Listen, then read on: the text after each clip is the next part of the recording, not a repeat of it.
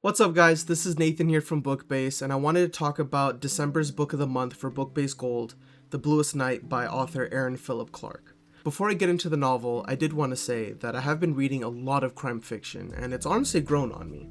From talking to various authors to reading different books, I've come to understand that there's a specific distinction that comes with writing crime fiction. Something that Aaron once told me was that writing crime fiction kind of allows you to see society in a specific lens, allowing you to understand not only what that society values, but also what they have biases towards. By using crime as a backdrop for a novel, you allow yourself a specific form of critique that kind of calls out the hypocrisies that society values. When writing crime fiction, there's a lot of elements that allow you to deliver this form of critique. One of these is using the main character. Okay, in my experience, there tends to be a range of how these protagonists go when it comes to the crime fiction genre. It ranges from, the unstoppable force, like somebody that, for example, is Batman, somebody that can just take a bunch of hits and just keep on going back at it with the same level of morale, just over and over again until they solve the crime. And then on the other end of the range, we have characters that honestly lose grasp of reality because of the trauma and the scars that they gain along the way of trying to solve a specific crime. Trevor Finnegan is interesting because not only does he show his scars, but the novel kind of shows how these scars affects his ability to be the person he needs to be for others. Balancing his position as a family man to being a private investigator, you clearly see the struggle and the vulnerability in Trevor's ability to make the best choices for himself. When asking why Aaron does this in the novel, he says, Think of them as literary humans. So I try to move away from the notion of character.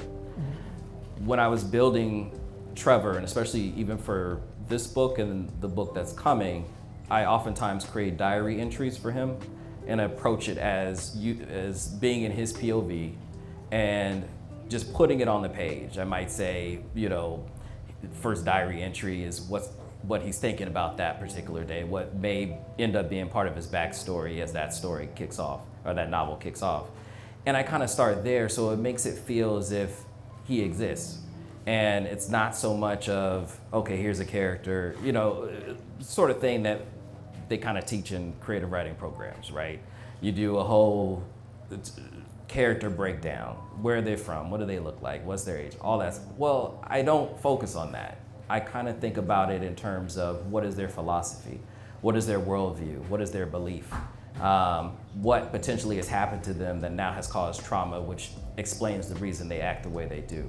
And so that's where I start. And I think that's fascinating because the choice to write a flawed character when you would somewhat expect him to be more grounded, it adds an extra layer of not only depth, but a sincerity towards how people react in real environments. And I think that's fascinating because Aaron essentially decides to create a character in a situation where, as a reader, you would somewhat expect him to have a complete grasp over what he's doing, but in this story, you definitely see a struggle. And what that adds is an extra layer of depth and ultimately immersion for the story that we're reading. After reading more crime fiction, I've honestly come to understand that these main characters, they intentionally carry the voices of some hidden perspectives that society may hold.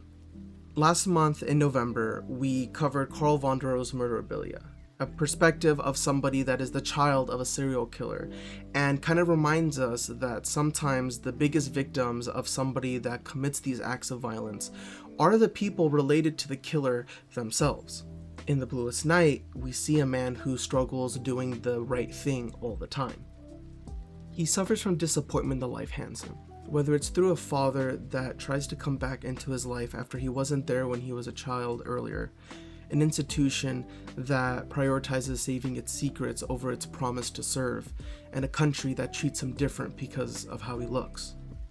While we can't relate, of course, to the exact events of this novel, we can relate to the perspective of someone who tries to do the best thing in life even though they get hurt by others who don't put in the same effort.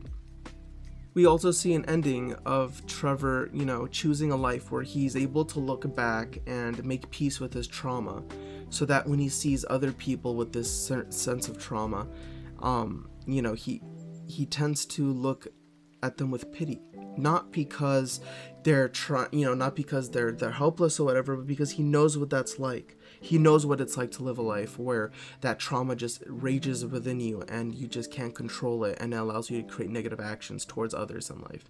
He looks at these people with pity because he knows what it's like now to be on both sides of the fence. Someone who runs away and someone who addresses his trauma.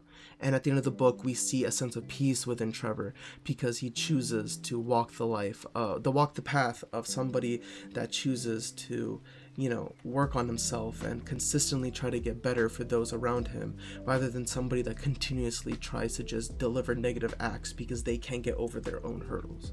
And I think that's beautiful. You know, I think, you know, when you write crime fiction or when you read crime fiction, you don't really see these types of things unless you're the one actually behind the keyboard typing away.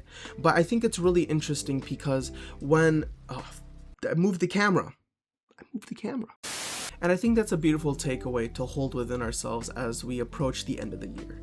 Yes, life will get tough. Yes, sometimes you're going to get hurt by people that don't put in the effort to make sure that, you know, they're being nice to others.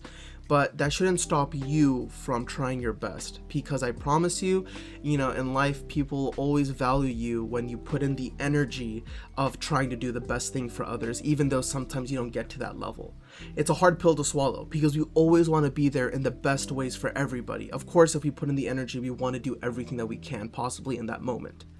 But I think the beauty and the humanity of trying to reach that perfection and not really getting there is what truly shows the beauty of people. It shows the beauty of communication, the beauty of socializing, because through crime fiction, we see elements of people trying to see the world in a different lens than what they initially thought it of. And, you know, that's a hard thing to do. That's a form of adulting. That's a form of growing up that people don't really talk about until you yourself become an adult. And I really want to encourage you all to read more crime fiction if you can, and kind of understand the different perspectives that people have in society. Because every book is written by a different author. Each author has their own takes of society, and it's through the main character that we're able to see how this perspective really fleshes out in a hypothetical situation. But yeah, guys, thank you guys so much for watching the video. You know, please like if you like content like this. You know, I love reading books and analyzing stuff like this. So, you know, I think it's great being a book nerd and being able to kind of rant all these ideas out to you. But, you know, please like the video. Please subscribe to our YouTube channel. Check out our Instagram. Check out our TikTok. Check out our Facebook or a Meta or whatever. But yeah, guys, until next time, have a great end of 2025. Merry Christmas, and I will see you all in the new year. Ta-ta!